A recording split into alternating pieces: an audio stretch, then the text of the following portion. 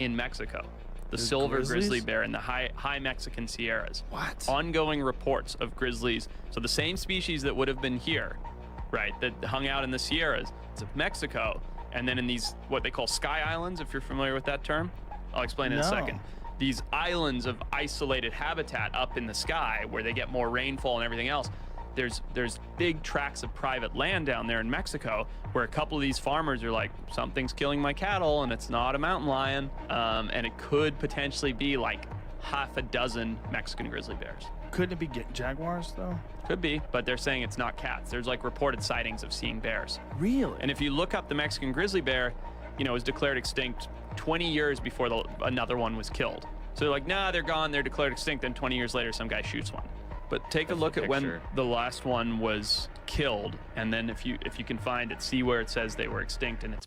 That is a fucking grizzly bear. Ocean levels dropped, exposing the Bering Strait land bridge between Asia and what is now Alaska. Our ancestors who come out of Africa go into Europe. Some stayed, others kept wandering. Some stayed low above the Mediterranean, others went high. They populate Asia. They keep walking because there's a land bridge there. They don't even know it's a bridge, it's just more land. So they walk, and they enter North America. From there, there's kind of only way you can go is south at that point. The weather gets a little better. The Ice Age ends. The glaciers melt back into the oceans. Ocean levels rise, closing the land bridge, stranding a branch of the human species for 10,000 years.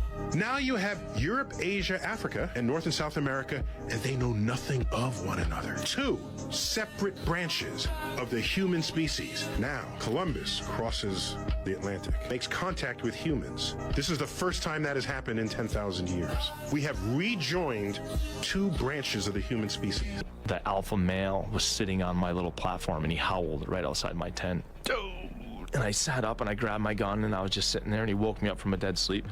I was just sitting there panting with my gun. I was looking all around and I didn't know what it was, and I saw that it was this big male. It's just not just a wolf. He's not going to bother me at all. So I hung my gun back up and or set my gun back down and I just laid back down. Those two instances just started each day. The next day I come out and I'm walking to the genetics tent and I see him. He's 20 yards away and he's paralleling me on this plank. And I go into the cook tent and then I'm kind of like peeking out the little corners, you know, like I want to, because I don't know what they're doing. I don't want to walk out and get attacked and I don't think they have no body language of hunting whatsoever. And so what is their body language of? Curiosity? Like, curiosity. Exist. Imagine seeing a gorilla. Right. You're like, Jesus Christ, what the fuck is that thing? 6 foot, 600 pounds. Hulking, huge, hairy, black beast with a giant chest and enormous arms and pounds on his chest, runs on all fours and like fucking fangs. Yeah. And when they fly through the air at each other and clash, and smash into each other and fight. Holy fuck, man. If you didn't know that was real, I know, and you ran into a gorilla, you'd be like, what the fuck? And by the way, they didn't know mountain gorillas were even a thing until the early 1900s. They were a legend. Yeah. When was the discovery of mountain gorillas?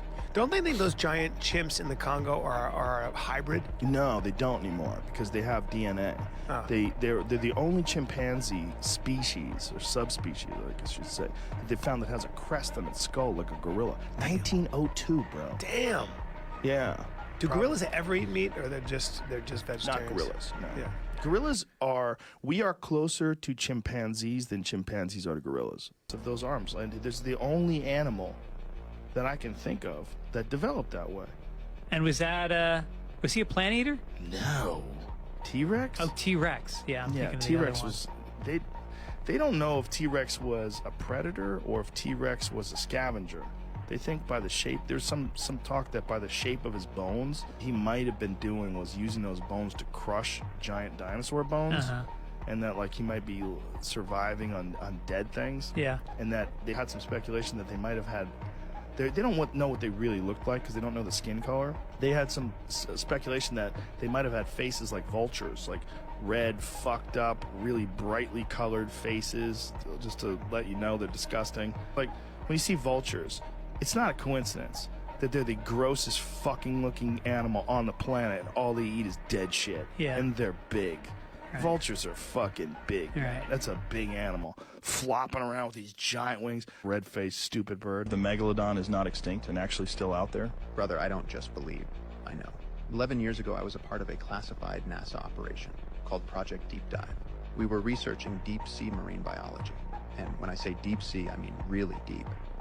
Like most of our research expeditions were over 30,000 feet under the ocean's surface.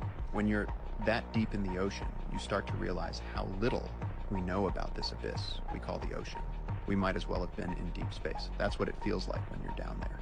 Like we were discovering new species every day. So one day we were on a routine field expedition when I see something strange on my radar. It was picking up a reading of a contact that was over 200 feet long and was moving at like 2 miles per hour. I'm thinking to myself like, this must be a glitch. I radio the other submarine. We always did research in pairs, so he was close by. I asked him like, hey, are you seeing this? Without asking me to clarify, he just says, yeah, I'm seeing it. At this point, I don't know what to think. Out in the Amazon, hiding the last titanoboa. Yeah, the giant snake from like 60 million years ago. This thing is massive, over 40 feet long, and it could literally swallow a grown man whole. Scientists thought they were extinct, but apparently this guy has one locked up on his private island. And get this, he's built this insane enclosure with fake swamps, giant pools, even heat lamps to mimic its natural habitat. Scientists have tried to see it, send expeditions, but every single attempt fails, like mysteriously. Some people say it's eaten a few of the guards who got too close. It eats giant prey, like full-size pigs, and it's smart, like it can sense humans coming. Can you imagine a living dinosaur-era snake chilling somewhere in secret and nobody in the world knows about it? It's insane. This one owl's nest, they found 75 cat collars in this owl's nest. So this owl will just swoop cats up, take them into the nest, kill them and eat them, feed them to their babies. That's where most cats that go missing, he said, is owls. They were at this place that had a back patio, and there was this cat that was like walking on this the top of the railing, and this owl came, just swooped him up and took him off, just flew away with him. They're big fucking birds. They have like a 3-foot wingspan and giant talons. Owls are ruthless. I've never seen one until I seen one in her yard. And she lives in the city of Atlanta. Yeah. The way he came down out that tree, it was beautiful. And it just looked like he was in slow motion. He hit that ground, and that nigga head spin around. I said, no, you got the wrong black person. I threw that car in reverse, said, bitch, you got an owl in your yard. I could call the police, say, come get the owl. Yeah, they're probably looking for cats.